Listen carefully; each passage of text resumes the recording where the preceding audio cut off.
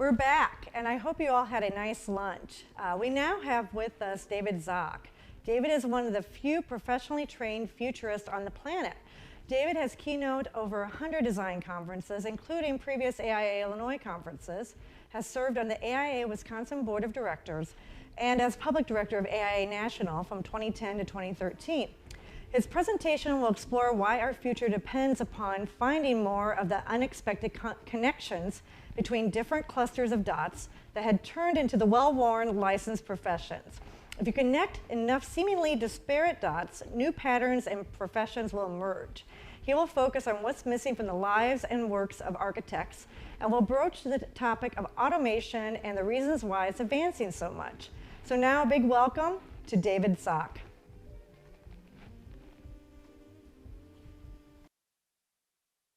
Ladies and gentlemen, let's think about connecting the dots. Thinking means connecting things. Connecting people, things, and ideas. And in creative thinking, it's quite often connecting people, things, and ideas that at first glance, or even second or third glance, you hadn't noticed or considered. You can look at something 1,000 times before you finally see that this is important, and yet it's been there all along. You just didn't know where or why to look. So let's look around. Let's look deeper into the shadows. Let's seek out the surprises. Let's go find some more dots and fill the web inside our minds. If we're going to talk about creativity and connecting the dots, we've first got to connect with Steve Jobs. He said at a commencement speech at Stanford that creativity is just about connecting the dots. A lot of people don't have very diverse experiences, so they don't have enough dots to connect. He also said in that speech that you cannot connect the dots looking forward. You can only connect them looking backward. You'll have to trust the dots will somehow connect in the future. And what I think he meant by that is as you collect all these dots in your life, you're not going to know which ones are important. But what is important is that you do use your curiosity to explore, to look outside the normal expected realm. When he was at Reed College, he dropped out, but then he dropped into a class on typography. And because of that, years later, when he was designing the Macintosh, or rather when they were designing the Macintosh, the typography ideas came back into the conversation. And it changed the way we look and even how we use computers. He didn't know about that back then. And I think he would suggest that you might just want to trust your sense of curiosity and how it looks ahead, even if you are not. Chapter 1, Collecting and Connecting the Dots. This empty web is a model. It's a metaphor for your brain when you were an infant. It's basically a box full of cobwebs. Cobwebs, like your brain, are designed to catch things. How many of you have ever been the parent of a 3 to 5-year-old? Raise your hand. Okay, thank you. Here's another question. How many of you were, once upon a time, between the ages of 3 and 5? I'm hoping that caught everybody in the audience. Well, according to Ian Leslie, author of the book Curious, he said the average 3 to 5-year-old asks 40,000 questions. That comes out to 36.5 questions per day. Susan Engel, author of The Intellectual Lives of Children, cited studies suggesting upwards of 90 questions a day. And on Apple TV right now, there's a new show called Becoming You, exploring child brain development between ages of 3 and 5. And they say on a good day, or a bad day, depending upon if you're asking or answering, children's questions can hit gusts of 90 per hour. This is called diversive curiosity. Brains don't come with instruction manuals on anything, except to ask questions. Brains are hardwired for curiosity. So they ask questions, lots and lots of questions about everything. Children are trying to discover the cause of things. They're looking for patterns that reduce uncertainty. Diversive curiosity is all about connecting their collected dots and making the world, their world, more predictable.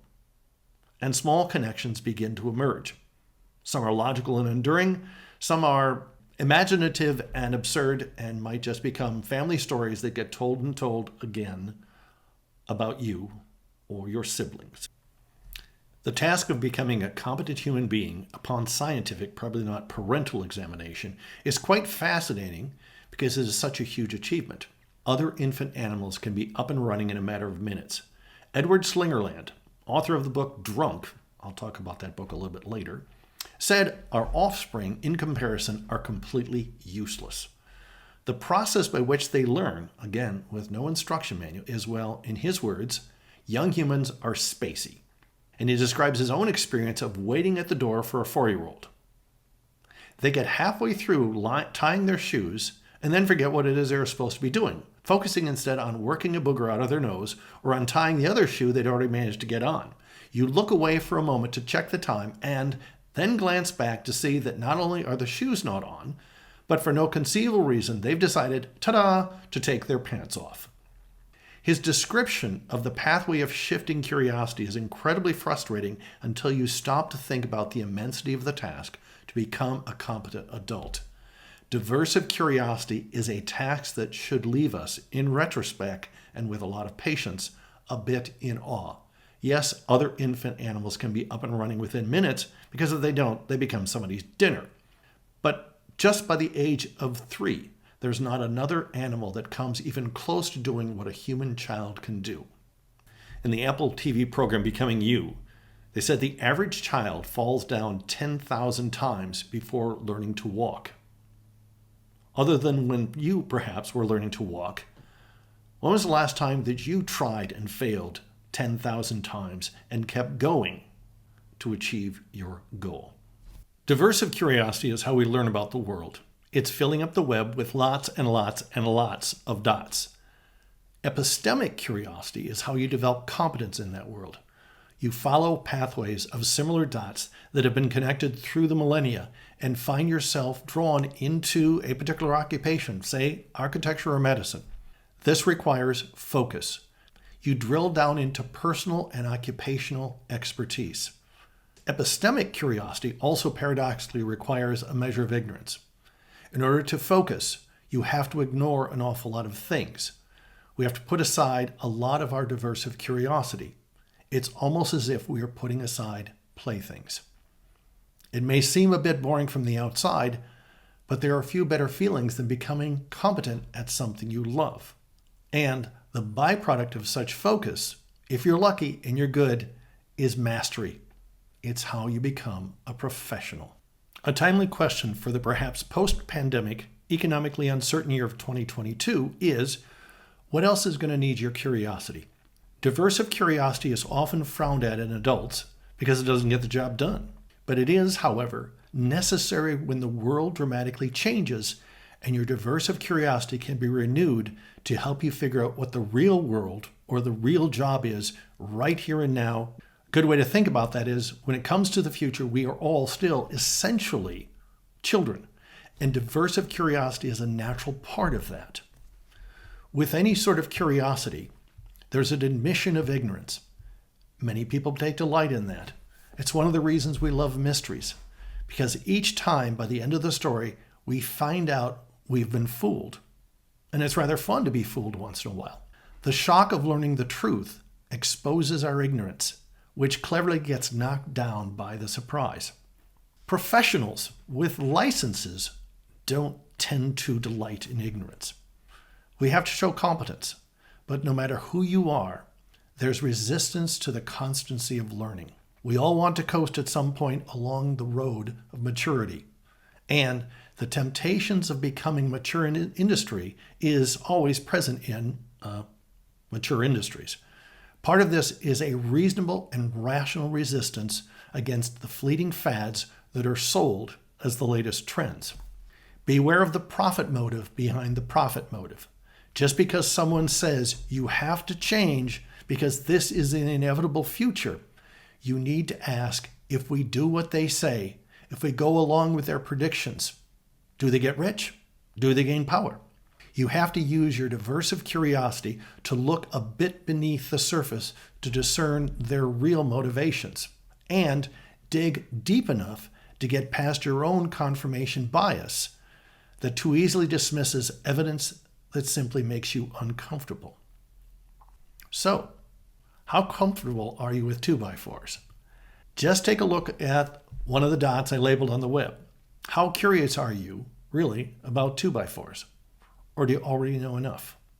Billy Faircloth, FAIA, of Kieran Timberlake, got curious about that basic building material when she was asking the larger question, why do we build the way we do? It's a question especially for mature industries, such as architecture is so often tempted to be. Billy even has a TEDx Philly video that explores what we don't know about 2x4s. She starts with the not too well-kept secret that 2x4s are in fact not 2x4. But by the end, she's talking about the molecular structure of wood. By seeing wood from a different and deeper perspective, it's no longer just a traditional material. It can be seen as an emerging material. And architecture can, with that, be seen as an emerging profession because it is now curiously connected to a changed way of thinking about an old material. And that's just one example of pursuing diversive curiosity to rethink the results of your epistemic curiosity. Zena Hitz, author of the rather delightful book called Lost in Thought, said the purpose of curiosity is to find what has yet to be connected. If you haven't done improv training, you should. One of the best tools they teach you is yes and. No matter what is tossed at you, you take it and say yes, and then you quickly connect it to something familiar to tell a story. So for example, looking at the slide, spiders. Say yes, and how do you connect that to architecture? Well, spider thread is stronger than steel. Steel is used in architecture. So how can we use spiders or the concept of spiders to rethink our buildings? ERs, they're unpredictable. They involve fast problem solving. They're oddly filled with humor because of so much tension that these doctors and nurses go through. Sound familiar? Like maybe one of your staff meetings or being on the job site? Dancing. It's collaborative. It's paradoxical. It has elegance. Do we think about our buildings when we think about things like collaboration, paradoxical, or elegance? The point is, as Zena Hitz says, is what's not yet connected. Through the yes and process, it's combining diversive curiosity with epistemic curiosity to identify unexpected but eventually logical and productive connections. What else can get you to say yes and? By removing expected boundaries. Look at the slide. Architecture and medicine, those words as occupations, because of new connections, may fade. And you will be left with trying to figure out, where do we go from here? Richard Saul Wurman, who founded the TED conferences, so you can either thank him or be mad at him, said if you see connections between things, your choices will be less threatening. We continue to have diversive curiosity in order to reduce threats and increase our ability to navigate through the changing world. As long as there is change, particularly unpredictable change, there is a need for diversive curiosity that keeps the epistemic curiosity fresh and competitive. What are we going to call these future occupations if the boundaries are rethought because of profound new ideas and connections? Look at the dots for 2x4s and ERs and consider how they might be more strongly connected to one or the other. Both traditional industries of architecture and medicine have reason to claim primacy, but so will many other industries connected in ways you're not yet understanding, perhaps until it's too late. For example, if you bring molecular structure into the conversation, you're also in the realm traditionally identified not just with architecture or medicine, but engineering, chemistry, agriculture, manufacturing, and the list goes on. When you think about 3D printing, and you're able to print buildings or substantial parts of buildings, which industry is that really in? Take that notion into the 2030s, and if nanotech continues on its current course, which is likely, Will we be able to design and grow buildings? Stay tuned and stay curious about those technologies because, believe it or not, they're very, very curious about you. And who really cares what the traditional boundaries of an occupation are if there's new and interesting work to be done? The boundaries may be just there to bind you to an old and outdated way of thinking that serves just some more than others. Occupational boundaries may be necessary, but they are artificial, and by necessity or insurgency, they will change with the times. Max Levchin, Peter Thiel, Luke Nosek, Ken Howry, Yu Pan, and Russell Simmons. What do those 6 names have in common? They invented PayPal. But a far more interesting question is, what do 4 of the 6 have in common while they were in their high school years? They made bombs. These were not bombs to harm people. These were bombs, what's the term? These were bombs made to blow fecal matter up. They made bombs, and now they're billionaires. And the key question for this slide is, what does your industry do with its delinquents? How many pathways into the future can you see? Are you following along on the well-worn paths? Are they just convenient, mature industry pathways? Or are they pathways that might change everything familiar? What is it about the thinking of those 6 guys that made such unexpected leaps? Yet if they were in high school today, they would be so heavily medicated, they would invent nothing. What price are we willing to pay as individuals and as a society for leaps of innovation? How much of the future is actually created after someone says, "Here, hold my beer and watch this"? Granted, a lot of people die horrible deaths following those words, but some of them live and go on to found PayPal or, say, an industry like Tesla. Meanwhile, the old order of things sometimes doubles down in order to keep the old order of things. I think they made a movie about this called The Empire Strikes Back. And as George Lucas and others will tell you, this is not a new story. It is always a very old story, and you would do well to study history so as to not keep repeating the same mistakes every time. The Pandora effect, quite simply, is that not only is it in our nature to be curious, it is in our nature to be curious even if it gets us into trouble.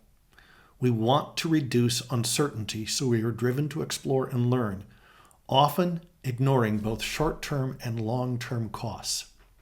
Curiosity changes us. After we learn something, we are not the same person anymore.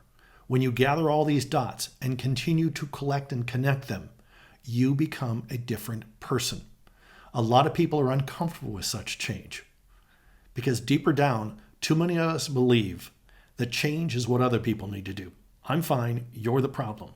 But the problem really is that only those committed to ignorance believe that change is for others, not themselves. Again, quoting Zena Hitz, she said, "To learn, to be curious, is to take on an awesome responsibility of allowing oneself to be changed, because it might not be for the better." But as Pandora found out, there is always hope. And hope's great strength is in its contradiction. Hope reveals its great strength when things are hopeless. We fight the hopeless battles and still hope to win. It is one of the most powerful forces in the universe. Ask anyone who has ever overcome great adversity. They had and they needed hope. Chapter 2, Threats to Your Connections. The most obvious threat to your connectivity is automation. The management consultant Peter Drucker had said, "If you can measure it, you can manage it." The modern translation of that is, if you can measure it, you can automate it. What % of your work can be measured? How much of it is immeasurable? My sense is that you'd be lucky if the measurable aspects are not higher than 80%. 80% of what you do will be better done by machines. And this is not just about architects. This is virtually every occupation out there. AI has gotten incredibly aggressive in claiming the skills and tasks that we thought were going to be reserved for humans. They are not. The key challenge: how do you identify, and very importantly, how do you articulate the value add of that 20%? How do you explain it to the marketplace that is either distracted into their devices, or when they do look up, they've already grown bored with all the cantilevered multi-shaded boxes that now pass for early 21st century architecture? There are a few opportunities with articulating the 20%. Number one, Kevin Kelly, founding editor of Wired magazine, said, "It is not a race against the machine. It is, and it always has been, a race with the machine. We are homo faber. We are tool makers and thereby tool users. And when you have new tools, you have to have new rules. Otherwise, the tools are going to set the rules. We have to have a much better sense of when to let the tool be an extension of ourselves and when to put the tools behind us and be there right in front, face to face with the community, the materials, and the clients, and each other." Number two, with AI and big data, we've gotten much better at assessing both individual skills as well as skill gaps. We can measure our abilities or lack thereof. And as collaboration is such a handy buzzword, let's actually get better at big picture collaboration by using AI to help us weave our individual skills together with the tools and with the team. Number three, David Epstein, author of Range, said, "The bigger the picture, the more unique potential for human contribution.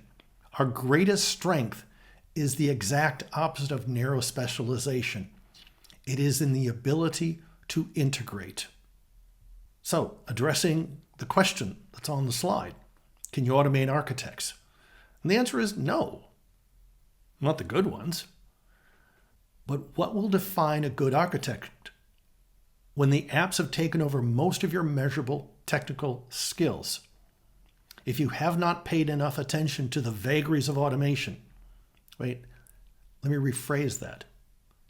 Because you have not paid enough attention to the vagaries of automation, your future is uncertain.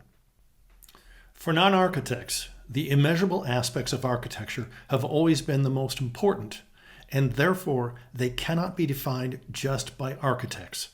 Architecture will become irrelevant to too many people if it encourages no curiosity, no sense of whimsy, awe, pride, or delight. With too many buildings, there is nothing that draws the eye to explore or even to rest upon. I recall watching the protests last summer as they marched down Pennsylvania Avenue, past these forgettable federal and corporate office buildings, and thought, no wonder they're revolting. If architecture is the most public of all arts, there should be something expressed other than what is called post-audience art. Melissa Pierce, a Chicago filmmaker, perhaps said it best. "So many buildings look cold and unromantic, boxy without curves. I'm starting to believe the architects had mothers who never loved them." A few years later, Cameron Sinclair, one of the co-founders of Architecture for Humanity, said at the 2013 AIA convention, "The most sustainable building is a building that is loved." How do we connect the dots of love to our work and to our buildings? Do you care? Do you care about that? You cannot connect such things without a broader context. What else does this mean? What other dots do I need to connect with to better understand that? Did your education prepare you to talk about the beauty and the depth of the immeasurable while you were learning to use computers that have increasingly automated the process of the measurable? Do your conversations entertain thoughts of how to express something not just for the bottom line, but for the horizon? Several years ago, I was asked to participate in a crit at the University of Wisconsin-Milwaukee School of Architecture for a project called Skycar City. This was a project between an architectural firm and the university, and It was to design a city in the future in which we didn't have cars, and how much we could change people's lives, of course, for the better, by eliminating roads, eliminating cars, and dramatically and completely transforming the lives of these people in a major city. And when it was my turn in the crit to provide critique, my first question was, how many of you have ever had any philosophy or theology? And the response was laughter.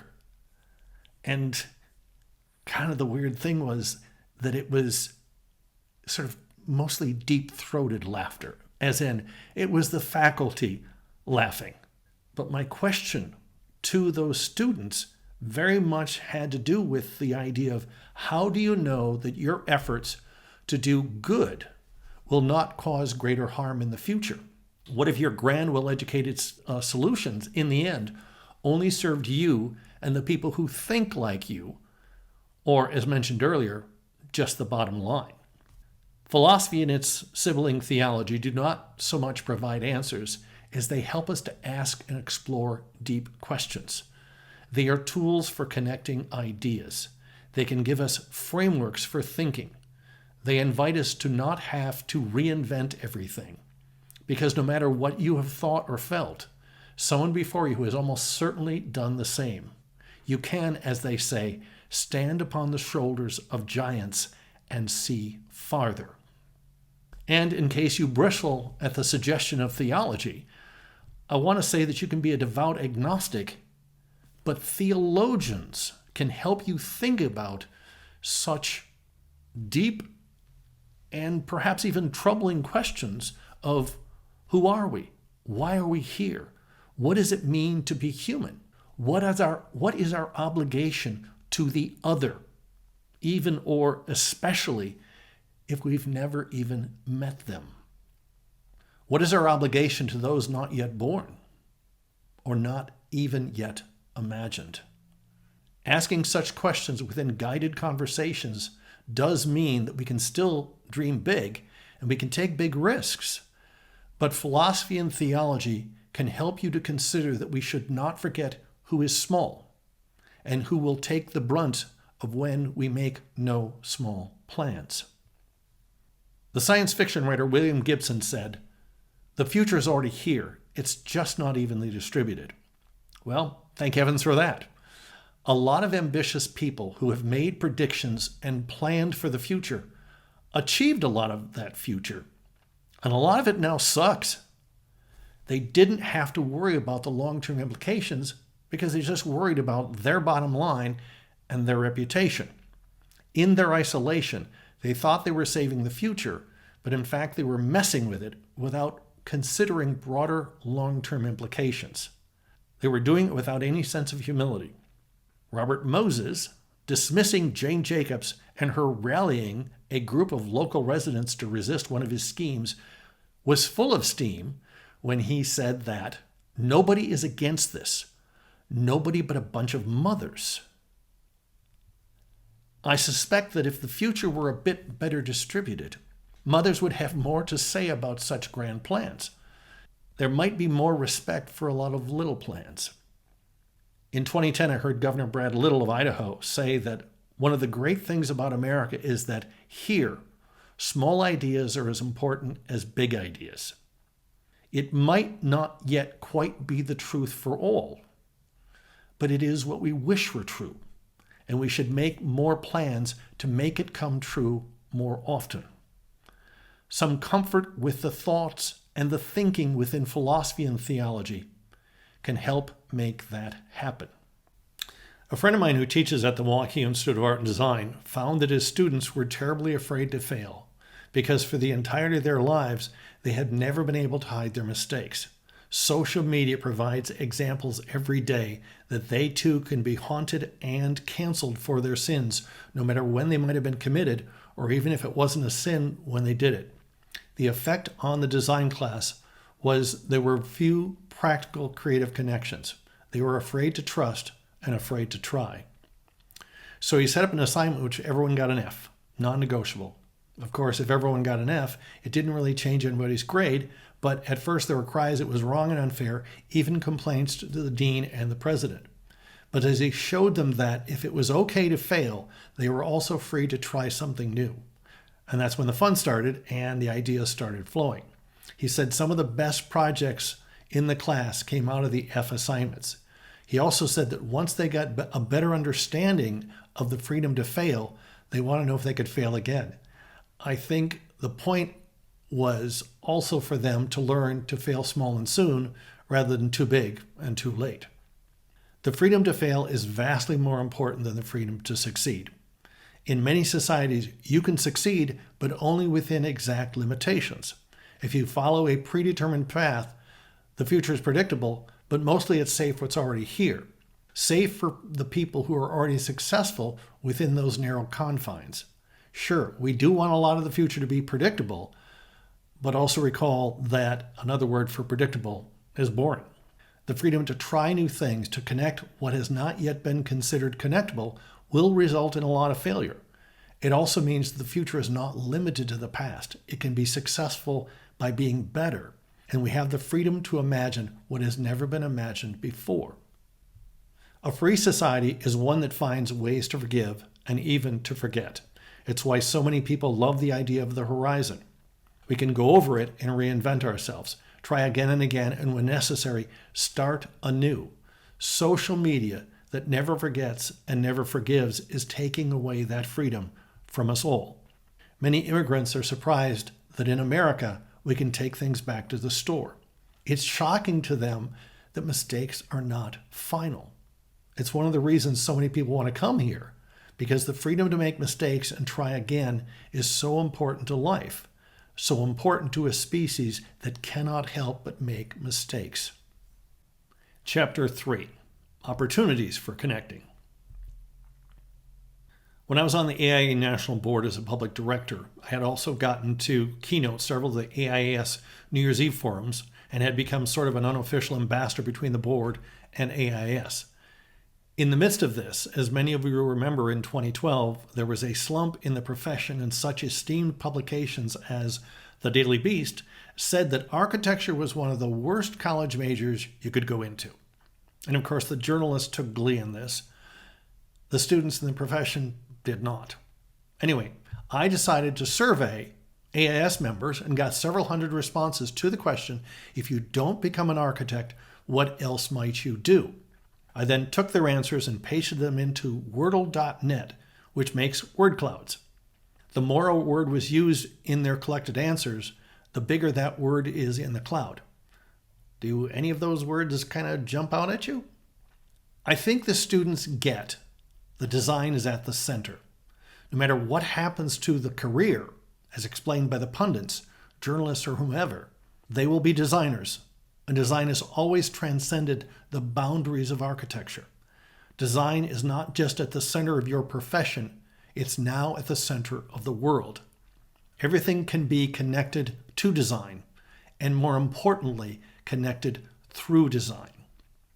That is a threat to the profession if you use that fact to tell others and yourself that you're cool. It presents opportunities if you use it to tell the world why and how design is cool.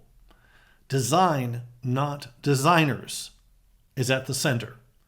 Connect your curiosity to that and through that. Every time people are told to be creative thinkers, they are inevitably told also to think outside the box. Don't. Stop it. It's bad advice. Because most of the time, when people are thinking outside the box, they're just wandering around lost in thought. The point really should be is to think into other boxes, connecting your thinking across boundaries. And that's why I'd like you to meet Dr. Mindy Thompson-Fullilove, MD. She and I became friends because we were both public directors on the AIA board. Her fascinating contribution to the field of architecture is that she's a great model for thinking into other boxes. Similar in ways to the works of Jane Jacobs, but with lots of rigorous epistemic and diversive research, she explains root shock, comparing what happens to plants when ripped from their beds to what happens to so many plans and lives of the moms and dads and families displaced by so-called urban renewal.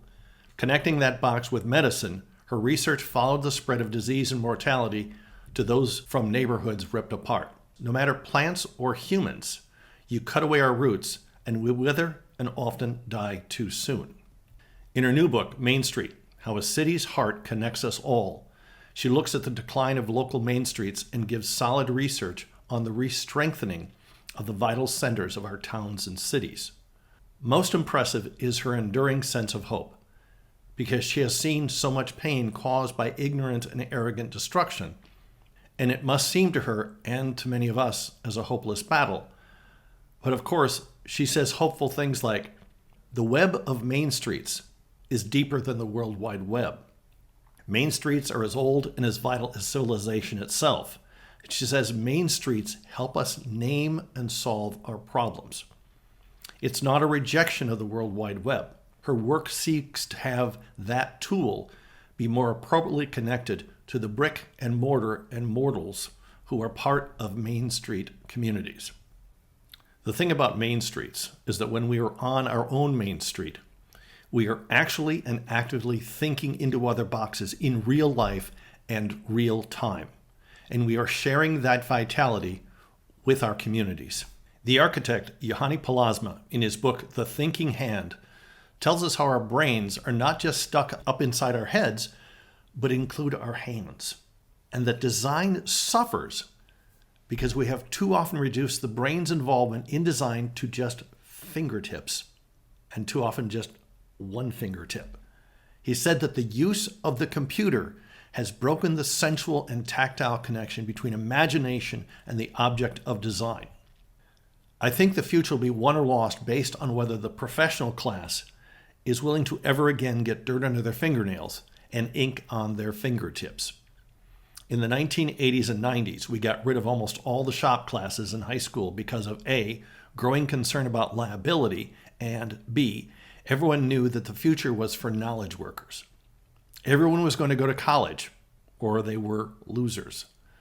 But because of automation, the average so-called knowledge worker today, stuck in a cubicle farm, tethered to screens, spends less time problem solving and uses less critical thinking skills than the average mechanic. Speaking of screens, I also want to make a plea for paper books and the keeping of paper journals. Devices with screens help us spread ideas, but there's some discouraging research that says they do not help us enough to understand ideas. A study by Columbia University and the French National Institute found that 59% of articles that are shared online are not read before they are spread. We read the headline or just far enough into the first paragraph to agree or disagree, and then we forward it on to others. We have reduced much of our grasp of internet information to the level of memes. Screens are just surfaces, but books have what can be called a sensuality to them.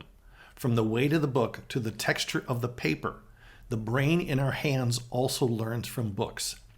Just even the fact the words have a permanent placement on the page in a stack of pages fixes those words into a location that our brain registers. And when reading, read with a pen in your hand.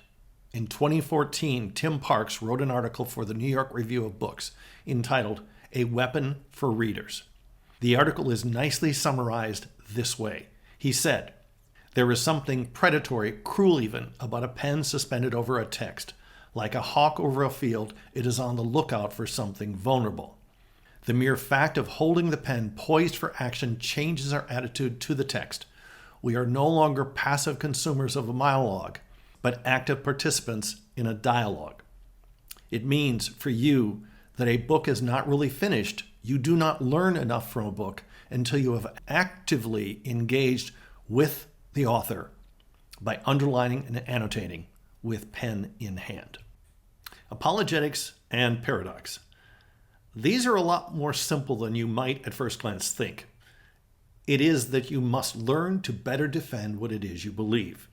The term apologetics, which the dictionary defines as reasoned arguments in defense of something, is critical in your defense of the immeasurable 20%.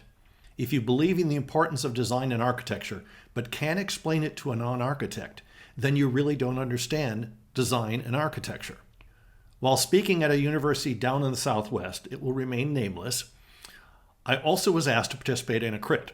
The student did an okay job, but he was vague, hadn't practiced, the sound on his film was way too loud, he hadn't tested the tech because the video kept stuttering and pausing, and in a brand new building, the auditorium lights were either all on or all off. I praised some of the aspects of his project, but then looking around the room, I said, I'm one of the oldest people in the room. I might be the guy with the checkbook.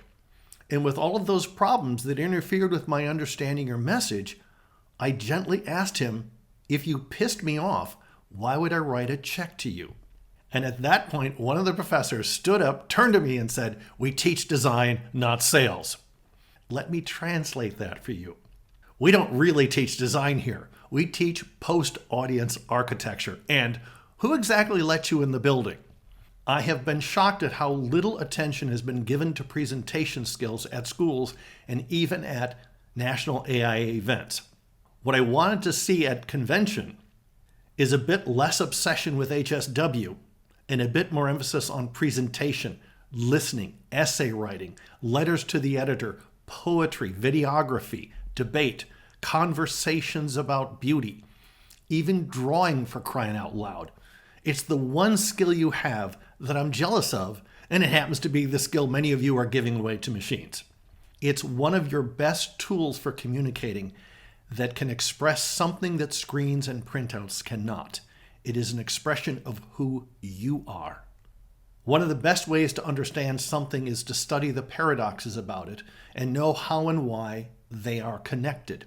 It is a natural arena for architects.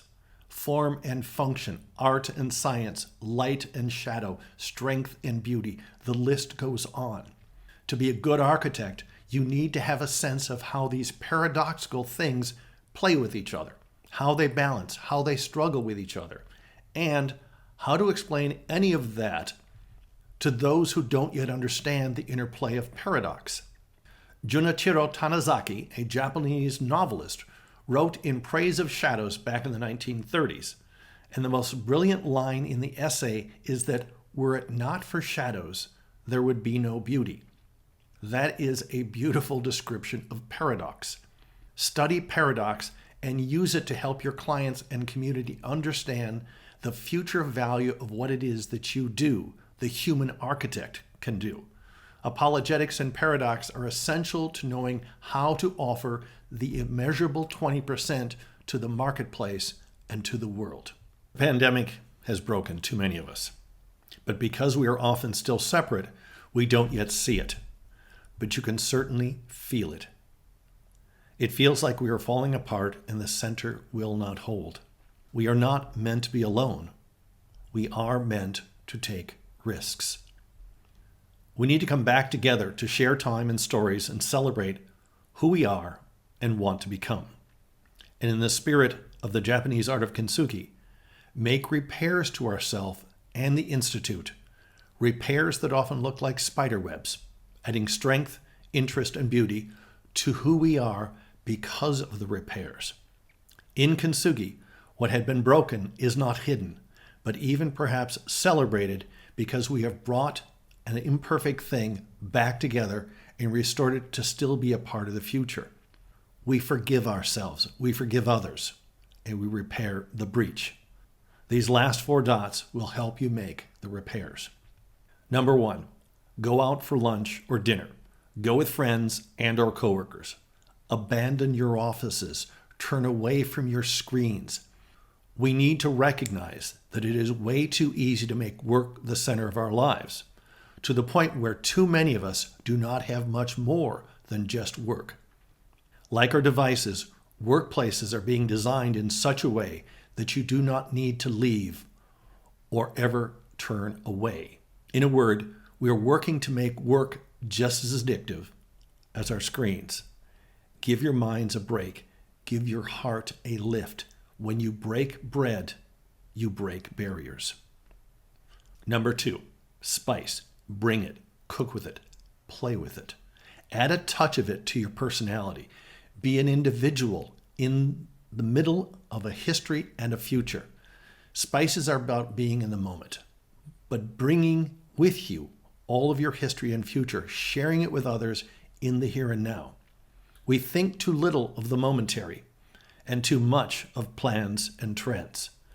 One of the best ingredients of your future will be the moments you look back upon that are remembered and shared. Number 3, and the paradox of the momentary is the eternal. What doesn't change is more important than the next change. In times of tumultuous change, the first task is not to predict what's next. It's to seek what doesn't change, what shouldn't change, and what should be rediscovered and remembered. That is the essence of how you create renaissance. To re-find yourself between the momentary and the eternal, and to move forward from there. Finally, you need to get drunk. I'm talking about the book Drunk by Edward Stringerland I'd mentioned earlier. It's subtitled How We Sipped, Stumbled, and Danced Our Way to Civilization. It is probably the most entertaining book I've read this year. To be clear, he is clear about the dangers of alcohol, but also he points out what happens when there's not enough of it. He breaks it down by comparing the god Apollo to the god Dionysus.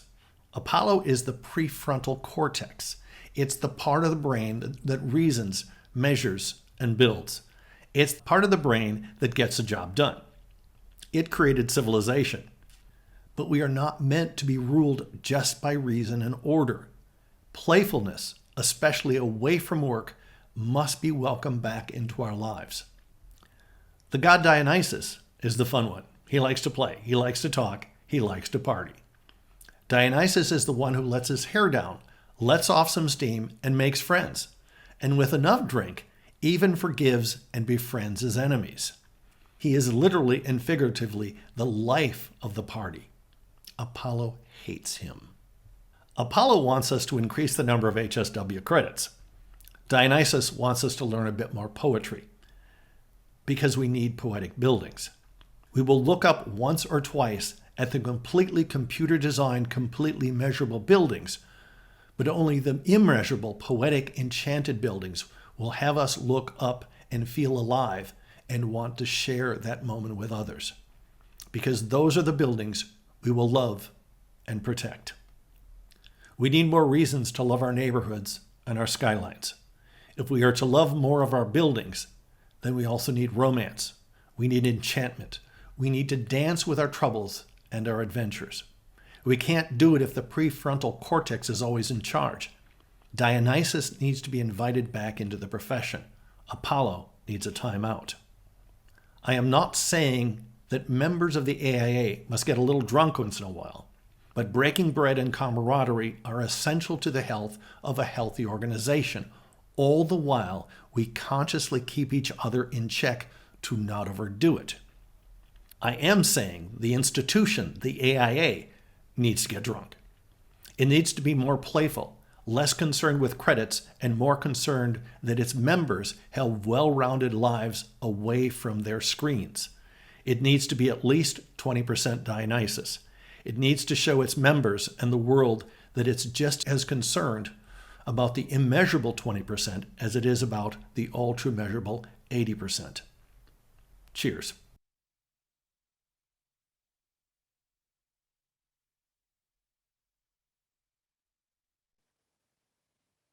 Thank you, David. That was fantastic. Really great presentation. We really enjoyed it. Good. Thank you. So, David, a quick question before we get into some of the other ones. So, what was your watershed moment or light bulb moment that turned you on to diversive curiosity? Like, you weren't always like this. How did the notion become part of your life? Look behind me. Well, I was gonna that's say, clearly. maybe you always were. been like Yeah, this. maybe you were. How do we become like this? How do Yeah. we become more curious? Like Fred was saying while we're watching a presentation, how do we become, thirsty for curiosity with our busy lives we're leading right now? Don't be so grown up. We have so many responsibilities. And I there's so much of the mind that is designed to be playful. And like when I'm reading, if you look around my house, there are stacks of books everywhere because I'm never just reading one book. I'm reading a lot of books at the same time, and I'll read this one for an hour and then 20 minutes later, I'll pick up another book, and it's the cross fertilization that goes on. But I think probably the most interesting book that about curiosity is the book Curious by Ian Leslie. That opened up an understanding of the process of curiosity. And I did not know about diverse versus epistemic curiosity. And I've been lucky enough, or perhaps, it's tragic. I never really developed much epistemic curiosity. It was always diversive. And, so it's always, in my career, I've done over 1,500 talks. And very few repeat customers other than the AIA. So I was always having to learn about different industries. And I think the term citizen architect is wrongly associated with politics. A citizen architect is a citizen who is actively involved in his or her community. And so the first speaker, Mr. Lee,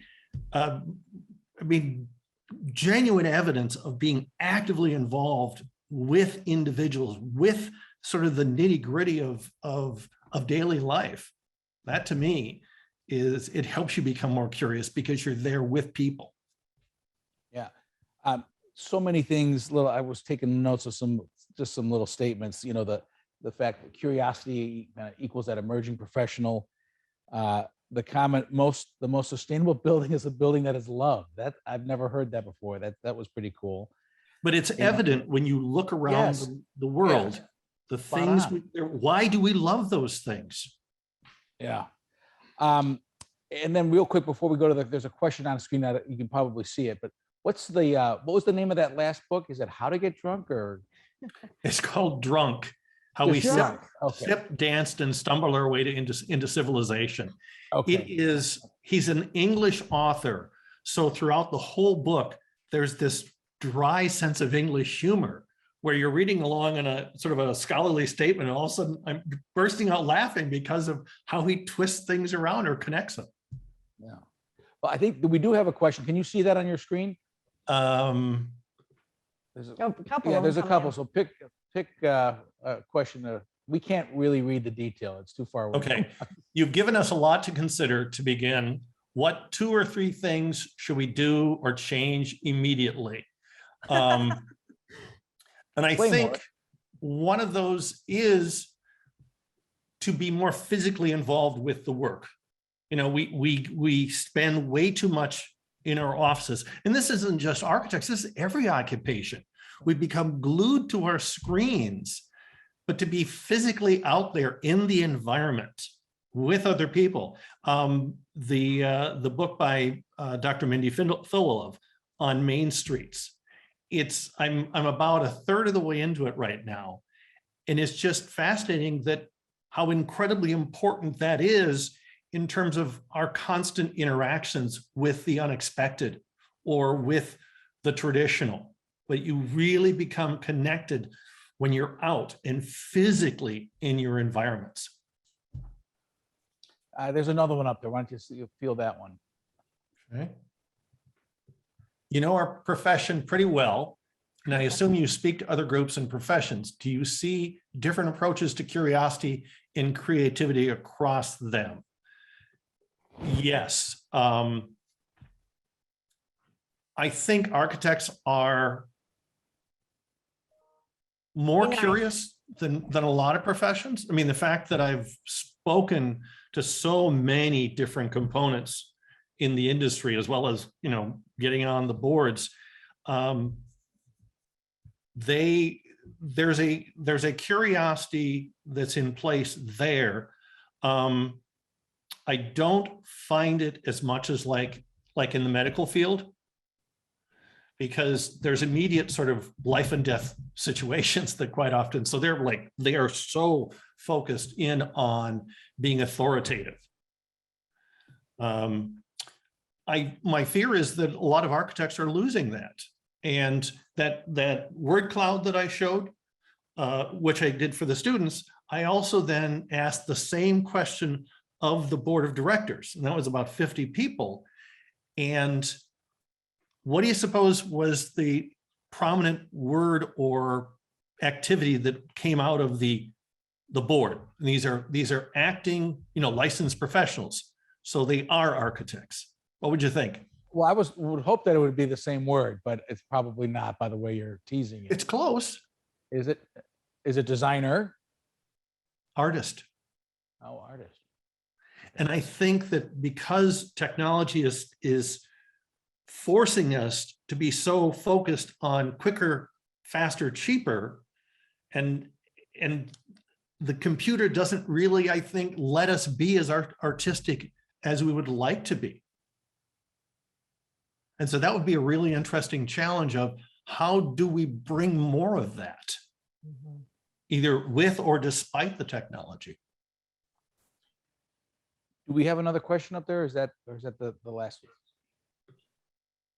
So, sorry. This is good. Okay, there's one. another one. Okay. Good, thank you. Reading is clearly a big part of your life, you think? And realize this is only half of the collection.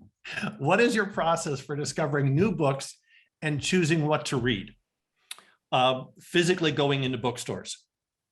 Unless it's difficult to find, I go to my local Boswell Books, or there's one in my neighborhood of Bayview here that is called Voyager Books. And I just wander through because you visually need to see them. And you know that research says you don't even have to read all those books in order to sort of be smarter. It's just having them and being aware of them and knowing what it's about. I mean, it's marvelous research. But physically being there. And then I also have a really good circle of friends that most of us are involved in design or construction, industrial design. And every Thursday night, which is tonight, we go to a bar, and quite often we're talking about the books we're reading. So again, it's that, when you break bread, you break barriers, but you also open books. I definitely have to work on the skill of reading multiple books at the same time. I can't do that, but it seems like that might benefit me. Fred, you may have a different calling to be a little bit more competent than me. I don't have competency skills. Yeah. I think there's one last question up there, and then we can wrap it up. Any tips to be more playful in our immediate day-to-day work? It's first of all, taking breaks. That smell of roses. These little devices, they're little pocket mirrors, and they're indistinguishable from an addiction. And so, we know we needed to learn to turn them on. We also need to learn to turn them off.